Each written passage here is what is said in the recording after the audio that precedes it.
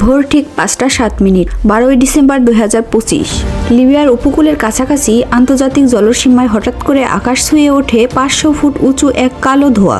ভূমধ্যসাগরের বুক চিরে উঠে আসা সেই ধোঁয়া আসলে কিছুক্ষণ আগেও ছিল একটি বিশাল জাহাজ, রাশিয়ার ছায়াবাহী বহরের অংশ কেন্ডল। $50 মিলিয়ন মূল্যের এই জাহাজটি হাজার হাজার ইরানি শায়েদ ড্রোনের যন্ত্রাংশ ভাসা ছিল। মস্কো ভেবেছিল যুদ্ধক্ষেত্র থেকে 250 মাইল দূরে থাকা এই 1 লক্ষ টন ওজনের ইস্পাত দুর্গ সম্পূর্ণ নিরাপদ। রাশিয়ার পুরো শীতকালীন আক্রমণের ভবিষ্যৎ নির্ভর করে এই একটি চালানের উপর, কিন্তু সেই হিসাব ছিল মারাত্মক ভুল। এই বিপর্যয়ের পেছনে গল্প বুঝতে হলে সময়কে প্রায় 6 ঘন্টা পিছিয়ে নিতে হয়। আমরা তখন লিবিয়ার কাছের আন্তর্জাতিক জলীয় সীমায়, সেখানে নিয়মকানুন প্রায় নেই, আর ছায়া জাহাজগুলো আবাধে চলাচল করে। দূর থেকে কেন্ডালকে দেখে মনে হচ্ছিল একটি পুরনো মরিচা ধরা বাণিজ্যিক জাহাজ। 820 ফুট লম্বা এই ইস্পাত দানব ঢেউয়ের মধ্যে শান্তভাবে ভাসছিল, কিন্তু তার গায়ে লাগানো পতাকাটি ছিল মিথ্যা। এটি ছিল একটি শ্যাডো ফিট ট্যাঙ্কার, নথির বাইরে থাকা এক ভুতুরে জাহাজ।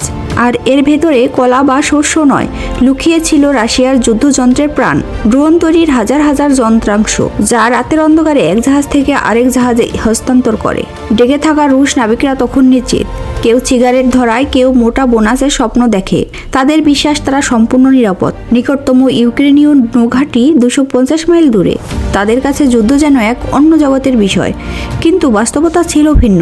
যুদ্ধ তখন তাদের জাহাজের স্টারবোর্ড দিক থেকে মাত্র 50 মাইল দূর অপেক্ষা। ঢেউয়ের মধ্যে চুপচাপ ভেসে থাকা একটি সাধারণ মাছ ধরার ট্রলারের মতো জাহাজই ছিল ইউক্রেনের গোপন অস্ত্র, একটি ব্রহ্মাণ্য মাদারশিপ। সেই জাহাজের জানালাবিহীন শীততাপ নিয়ন্ত্রিত একটি কেবিন বসেছিল ইউক্রেনের বিশেষ বাহিনী। তাদের চোখে ভার্চুয়াল রিয়েলিটি হেডসেট, হাতে গেম কন্ট্রোলারের মতো কন্ট্রোল ইউনিট। দৃশ্যটা ভিডিও গেমের মতো হলেও এখানে কোনো রিসপন্স ছিল না, ভুল মানেই ছিল মৃত। মাদারশিপের ভেতরে অপেক্ষা করছিল 5টি মাগুরা V5 সামুদ্রিক ড্রোন এবং 6টি ভারী বার ইয়াগা আকাশযান ড্রোন। কমান্ডার নির্দেশ দেওয়ার সঙ্গে সঙ্গে মাদারশিপের নিচে হ্যাচ খুলে যায়। প্রথম 2টি মাগুরা ড্রোন সোজা সমুদ্রে নেমে পড়ে। এগুলো ছিল ইচ্ছাকৃতভাবে জোরে বানানো, রাডারের বড় লক্ষ্য হিসেবে ধরা। ইঞ্জিল গর্জন তুলে তারা সোজা কেন্ডালের দিকে ছুটে যায়। রুশ জাহাজের ব্রিজে হঠাৎ আতঙ্ক, রাডার স্ক্রিন জ্বলে ওঠে, অ্যালার্ম বাজতে থাকে। 2টি দ্রুত গতির মধ্যে কয়েক মাইল দূরে ক্যাপ্টেনের হাত থেকে কফি পড়ে যায়। সঙ্গে সঙ্গে ডেকে বসানো ভারী 14.5 মিলি মেশিনগুলো থেকে আগুন ঝরতে শুরু করে। ট্রেসারগুলো অন্ধকার চিরে ছুড়ে যায়। সমুদ্রের পানি গিজারের মতো ফেটে ওঠে। প্রথম মাগুরা ড্রোনটি গুলিতে আঘাত পেয়ে বিস্ফোরিত হয়, দ্বিতীয়টি কয়েক সেকেন্ডের মধ্যেই ধ্বংস হয়। রুশ নাবিকরা উল্লাসে ফেটে পড়ে। তারা ধরে নেয় আক্রমণ শেষ। মস্কোতে বার্তা পাঠানো হয় হুমকি প্রতিহত, কিন্তু তারা জানতো না এটাই ছিল পরিকল্পনার প্রথম ধাপ। এই বিস্ফোরণের মাত্র 45 সেকেন্ডের পরেই আসল আক্রমণ শুরু হয়। আকাশে উঠে আসে বাবা ইয়াগা ড্রোনগুলো। উচ্চতা থেকে নিঃশব্দে নেমে আসতে থাকে তারা।